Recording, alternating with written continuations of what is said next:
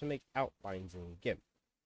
Well, there are some videos on YouTube that will take you through it, but I found a simpler way. First, you need to get Gimp.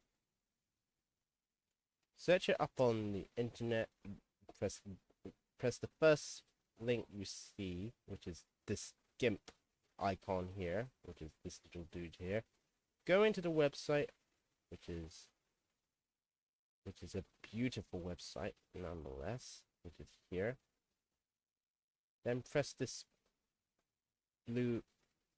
icon here, the download button. And then once you're done, download and go and start Gimp.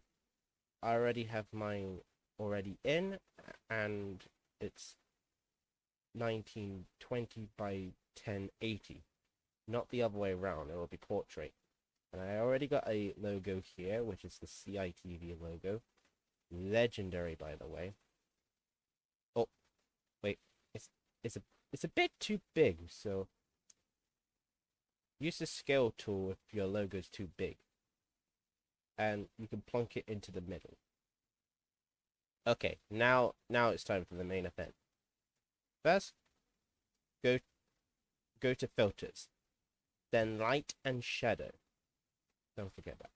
Go to drop shadow, and you'll be greeted with this beautiful drop shadow thing.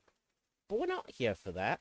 So let's turn the opacity high, the blur status on 0, and the position on 0.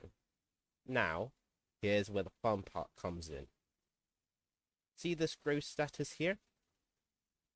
Make sure you inflate it and inflate it and inflate it, and then poof, you've got yourself an outline.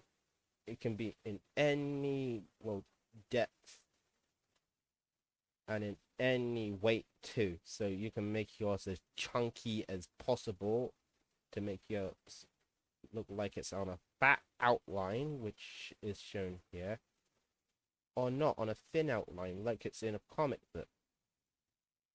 But for now I'll go with number 10. And there you go. That's a simple tutorial of how you can make an outline in Gimp. Here's another example I can do with outlines. Ignore the stuff that I censored, because that is not even important. Yeah, I know. Let's grab this Sega logo next as an example of, well, drop shadows within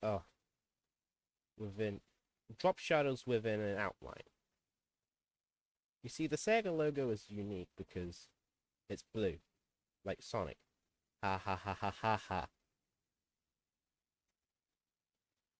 Scale it until you want it as an appropriate size.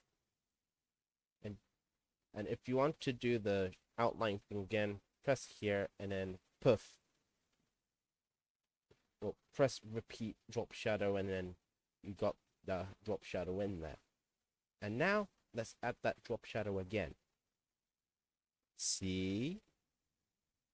You can make an outline with a drop shadow. I know it's violating Sega's logo guidelines, but come on. I had to.